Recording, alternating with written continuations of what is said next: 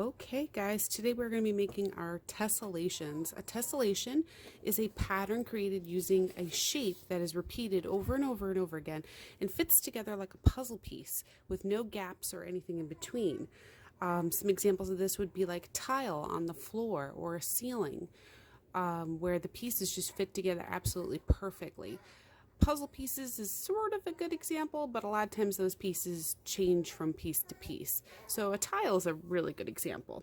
So what you're going to need for this is you're going to need several different pieces of paper. You're going to need one big piece that you're going to use to draw your final shape onto, and you're going to need some smaller pieces that you can make your template, make your first shape that you're going to repeat over and over again onto.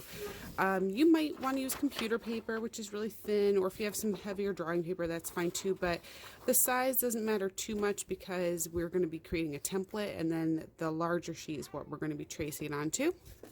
You're also going to need a pencil and perhaps an eraser for correcting mistakes.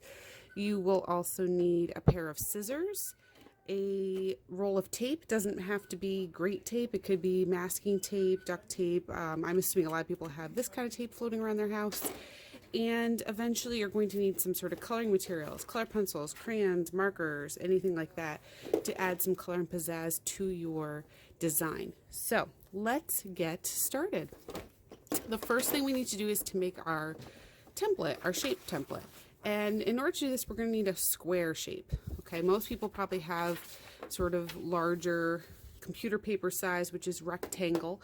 So we're going to turn this into a square. Now, I also want it to be kind of a smaller square. I don't want a really huge one because I want a small piece that I can repeat over and over again. I'd say about 3 inches by 3 inches. So if you wanted to get a ruler and actually measure, you know, 3 inches or 4 inches by 4 inches and make it perfect, you can do that.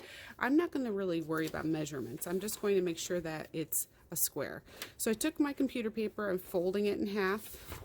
Try to make sure when you fold things in half that you line it up with the edges so that it's actually even. And then I'm going to cut this in half just to get my paper down in size a little bit.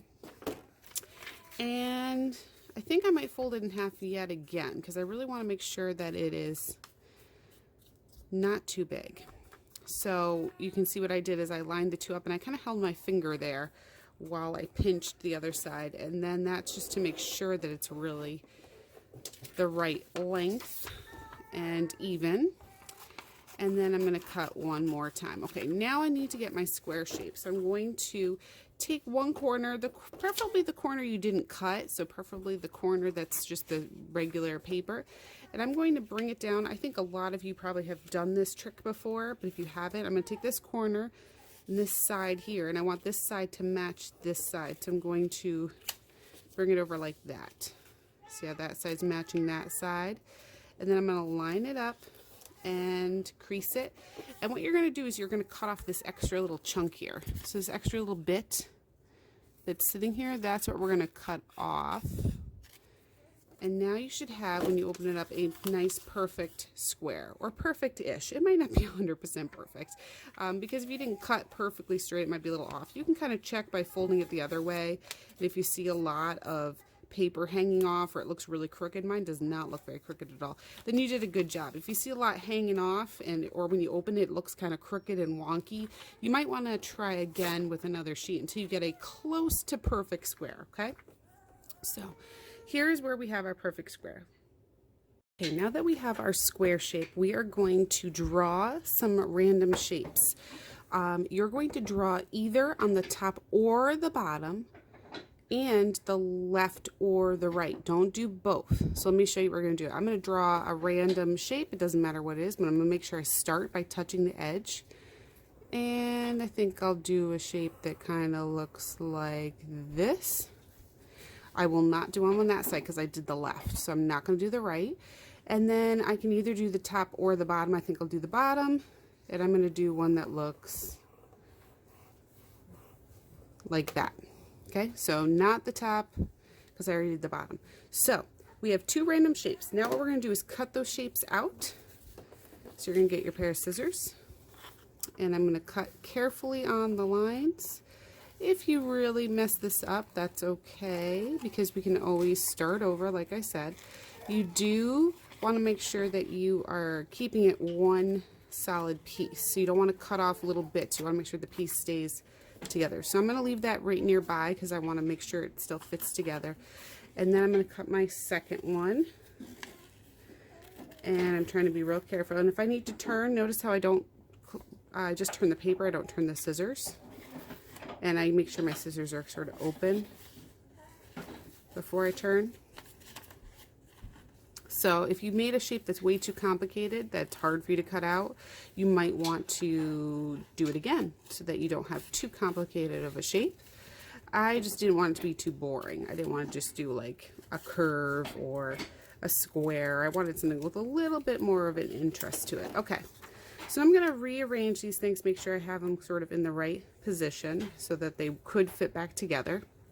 And here's what you're going to do. You're going to make, this is where you're going to need your tape. Get a piece of tape, and you're going to need to take this piece on the left, and don't flip it or do anything crazy. Make sure it's in the same direction, and you're going to just slide it over to the other side. So it's in about the same spot, and tape it down. And then I'm going to do the same with the top. I'm going to take this piece, make sure it's kind of where it should be, and I'm going to kind of slide it up, try to make sure it's sort of in the same spot as the last one, meaning I don't want to put it all the way over to the side or anything like that. Try to make sure it's lined up as best I can, and then tape it. Okay, so this is going to be our random goofy shape, okay? And this is the shape we're going to be repeating over and over again. Now, if this is too flimsy of a template, like it is kind of a little bit weak, and you don't think that you'll do a good job tracing around this again because it's just such a flimsy thing, you can make it stronger. I do have a thicker piece of paper. Maybe you might use a piece of cardboard, maybe something, I actually was using this for something else. I have a cereal box, and I just cut out the cardboard, and you could use this. You could take this, put it on here, trace it. I'm just showing what you could do if you wanted a nice strong template.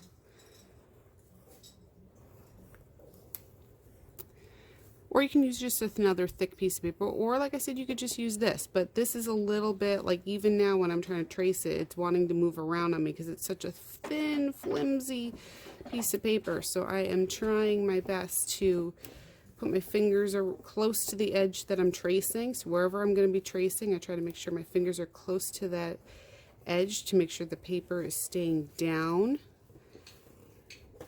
And then I am, if I move it, I have to really try to line it back up. So this is why it might be better to make yourself a strong stencil instead of trying to rely on it. So now I have this wacky shape, and it's all set to go. So I'm going to cut this out, and then I'm going to show you what we're going to do with it. Okay, so I've cut out my tessellation shape. So what I did was I used a piece of cardboard so that I would have a nice strong stencil that would not move and bend as easily on me, because I am going to have to repeat this a few times, because remember, we're trying to make a tile of them.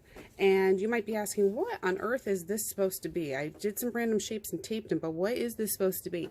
These are actually going to end up being fun fantasy creatures. So this is going to be the mouth, or this could be, you can decide, but I think this side's going to be the mouth, this side's the tail, there's the top of it, and there is his little legs.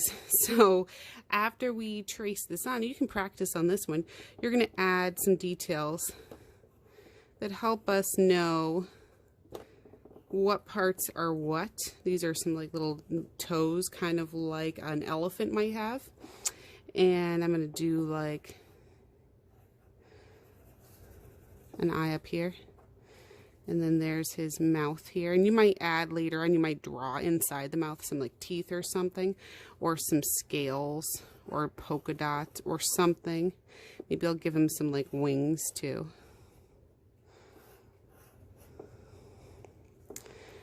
And some polka dots, and this is just me like practicing and coming up with my idea, because this isn't the actual final one, but that's basically what we're going to be doing. It's going to be a whole slew of really fun little goofy looking creatures, however you want. Now, if after knowing that you've decided that you want to change your design a little bit, then go ahead. If you have a different idea of what you want to put in here to make it a different kind of creature or a different set of items, that's totally fine. I will have some pictures and examples linked in the lesson below. One thing I did want to mention is that if you get to this point, you know, you first did your design and you cut it out and you taped it together.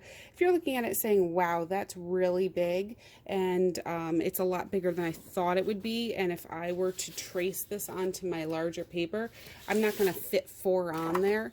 So you can kind of like look and say, okay, you know, I might, but it looks like some of it's hanging off the edge, or, you know, if I do it this way, is that going to fit? If you don't think it's going to fit, or it just looks really big to you, I would say before you move on to tracing and doing anything, this would be the time to go even smaller. Say, okay, I'm going to get a new piece and I'm going to go even tinier. Maybe I'll fold this in half again. Maybe not in half even. Maybe I'll just like cut it down a little bit and say, okay, now I'm going to fold it. And now I'm going to do my square off of this and make like a really small square so that I make sure that I have plenty of room on my paper to fit my minimum of 4 tessellation pieces. So that's what we're going for, is to have a minimum of 4. And if I was to do this, this is going to end up with a much smaller stencil, and you're going to be able to fit a lot more on your paper. So you kind of have to judge based on the size of paper you have to work with, what's going to be a good stencil for you. So let's move on, and I will show you how I'm going to be tracing this onto the paper next. But once you're all settled, you're going to take your big piece of paper, this is your final paper, and you're going to take your stencil, and we're going to start tracing. So I'm going to take this, and I'm going to put it against one side and try to get it all to fit onto the paper. And actually, I think I'm going to do it horizontal, so I have a little bit more space here to work with. So I'm going to do this. And if you think your template's too big, like mine's a little large, if you wish you had a smaller one, then again, just start over, make it a little bit smaller so you have a bit of a smaller space to work with. But you want to be able to get at least, I'd say, like 4 on here, if you can. Like 1 in each corner. So I have this, and then when I match this up, do you notice how it fits in perfect? The tail of the last one fits perfect with that one, so that's how we're going to do it, is line it up so it matches perfectly. And if you have more room to put more next to it, you can. If you don't, like I'm running out of space, you can just put it like this and do a little extra and just have it go off the page. That's fine too. It doesn't have to all fit on. If it doesn't, it doesn't. And you can see how they fit in perfectly with one another. And then below, I'm going to fit this in, and also I'm noticing my paper is a little bit short. So I probably should have made my stencil a little bit smaller just to make sure it fits, but if you run into this same exact issue, it's not a big deal. You can just do what we did over here and just have it fall off the edge. So I'm going to kind of mark off and trace the parts that I can trace, like that, and then the parts that I can't trace, I'm not going to worry about. It's not worth feeling stressed or concerned about. We're just gonna keep on going. And then I don't even have to do anything with this one, probably. Maybe a little bit down here. There we go. So now I have, yeah. And actually, I might do the same at the top here. I might draw where the lines would go, just so I have it. So now I have a whole page filled with this tiled design. Now this is the part where you're going to go in and you're going to repeat the same details on each one that you've decided to do on your practice one. If this is the template you used to trace, then that can be the one you did your practice on, or if it's this one, you can practice on this one too. It doesn't really matter. But now I'm going to go in and put in all my details on these, and then we'll meet together again and we'll talk about the coloring aspect.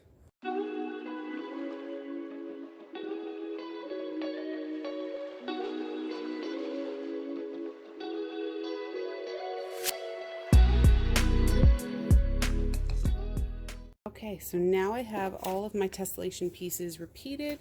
You'll notice a couple things. First of all, I forgot to do the mouth, and I realized that when I got there and said, wait, where's my mouth? So if there's parts you forgot, you hopefully can figure it out as you're going in there. Oops. And then I also started doing some toes down here, but then I kind of realized, you know what, you're not going to see the toes because as much as I have is probably about that much. So if I cut it off, see how you can't see any toes there? It looks about the same shape as what's there. So I realized, oops, I shouldn't have any toes. So I just erased that. Now up here, I just realized I didn't put any toes, and I should have toes because this, you can see the toe area. And so I'm going to go back in and put those in right now.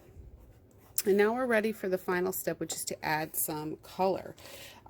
So what I'm going to do before I add any colors, I'm probably going to Sharpie my whole thing because I want to make sure that these tessellation parts stand out. And then I'm going to go in with some color. Now the colors do not have to all be identical. So just because our tessellations are the same doesn't mean the colors have to be the same. So this monster creature might be blue, this one might be green, this one might be yellow, and then they all might be different, or maybe I'll do a pattern like blue, green, yellow, and then maybe this one will be green, yellow, blue. Like maybe I'll just switch the colors around so that I'm still using the same colors but in different order. You don't have to be one solid color. You could have stripes and details and all sorts of things. So I'm going to speed through this so you can watch how I'm putting it together, and then I'm going to ask you to do the same.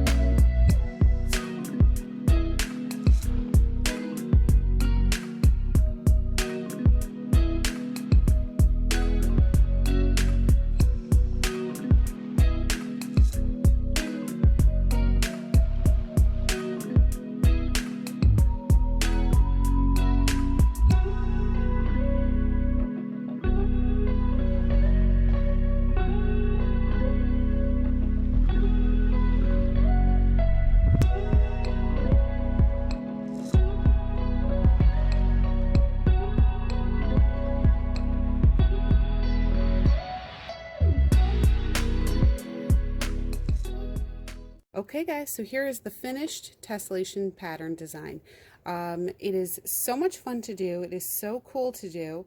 I chose to use crayon because I liked having some darker and some lighter sort of shaded and textured effect. I really like that too, but I wanted to use marker for some of the more fine details so that things wouldn't get too messy and muddy looking. And I tried to create some sort of pattern.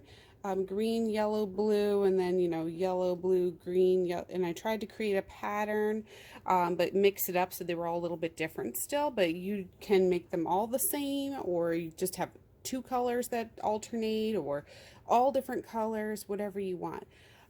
So as long as you have 4 fitting on your page, mostly, like kind of like this, let's pretend this part's not here, as long as you have at least 4 showing, so I can see your puzzle piece tessellation pattern design, then you are good to go. If you want to do 1,000,000 of them, that's also fine too, but 4 is sort of my minimum that I'm looking for. So hopefully you guys had fun with this. I really did too, and I can't wait to see the tessellations you put together.